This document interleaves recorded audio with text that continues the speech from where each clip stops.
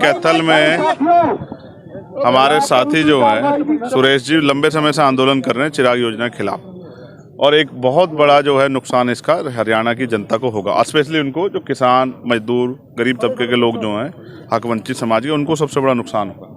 और मुझे लगता है चिराग योजना नहीं है, जो गरीबों के घरों में जो चिराग जले हैं संविधान की वजह से, आज उनके बच्चे डॉक्टर, इंजीनियर, IAS IPS बनने लगे हैं, आज उनके लोग बच्चे पढ़ लिख के अपने अधिकार मांगने लगे हैं, पढ़ लिख के सवाल करने लगे हैं, उससे डर के RSS भाजपा के लोगों ने योजना ला के उनके जो पढ़ने के अधिकार है उनको छीनने का काम किया है। ये इसको हम लोग स्वीकार नहीं करेंगे। मैंने आज इनका पूरा मामला सुन लिया, मैं इनको समर्थन करने के लिए आया हूँ। बहुत जल्द हम एक बड़ा आंदोलन, मुख्यमंत्री आवास का घेराव जो है, या यहाँ जिलाधिकारी आवास घेराव, हम चर्चा कर लेंगे और वो करेंगे, क्योंकि ज़्यादा दिन तक हम सुरेश भाई को, उनकी टीम को यहाँ परेशान नहीं होने देंगे। और हम लोग, हमारा क्या फ़ायदा अगर ये यहाँ परेशान होते, तो काम हम आंदोलन का हमारा है ना।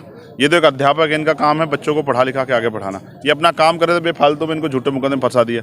जब देखो राष्ट्रपति का झूठा मुकदमा, बाद में उसको वापस लेना पड़ा, अब फिर एक और ये उल्टा जो झूठा मुकदमा कर रखा है, इसको कब वापस लेंगे?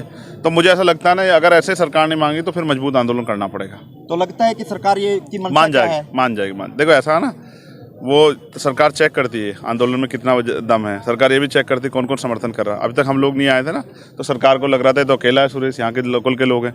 अब हमारी ताकत भी सरकार जानती है, अब गुंडागर्दी करेगी सरकार तो फिर लड़ेंगे हम लोग। सरकार 3 राज्यों में बन गई है सर, और इतना कुछ होने के बावजूद भी परेशान है लोग। देखो सच ये है कि विपक्ष के बिखराव की वजह से बनी है।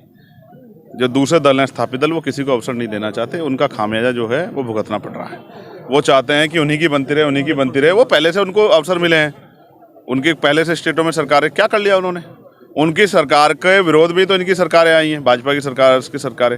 तो मैं आपको सच कह रहा हूँ, हमने प्रयास किए थे कि मिलकर चुनाव लड़ा जाए, लेकिन उनको लगा किसी नया व्यक्ति को मौका नहीं देना चाहिए, वरना उनको नुकसान होगा।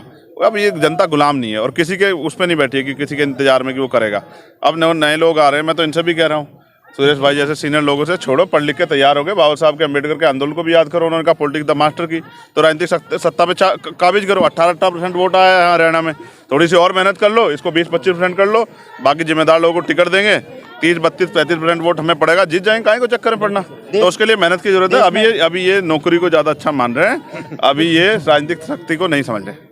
सर, EVM को लेकर आपके बयान आते रहते हैं, तो अभी भी वो शक के दायरे में है? देखो EVM शक के दायरे में है। मुझे ऐसा लगता है EVM को ये लोग उसमें फेरबदल के साथ साथ उसको उसमें बदलाव भी करते हैं। जहाँ जहाँ इनकी सरकारें होती हैं वहाँ वो बदलाव करते हैं EVM में। और आप देखो मध्य प्रदेश का चुनाव इस बात को जो है कई तरह से उसको इशारा कर रहा है, इतना बड़ा मार्जिन से जो उनकी सरकार, जिसके कोई उम्मीद नहीं थी। तो मुझे ऐसा लगता है सरकारी मशीनरी का दुरुपयोग भी हो रहा है। इसके लिए फेयर इलेक्शन कराना है इलेक्शन कमीशन की जिम्मेदारी। फेयर इलेक्शन हो, फ्री इलेक्शन हो।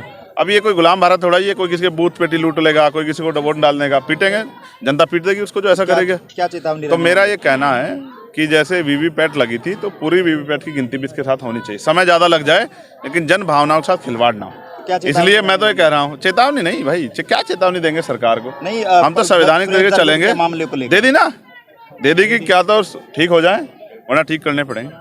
ठीक है, अभी तो किसान थे, हेलीकॉप्टर नहीं उतर रहा था। अब ये किसान, कमेरे, नौजवान, दलित, पिछड़े, गरीब सब इकट्ठे हो जाएंगे, फिर कुछ उतरेगा नहीं ना कुछ चढ़ेगा।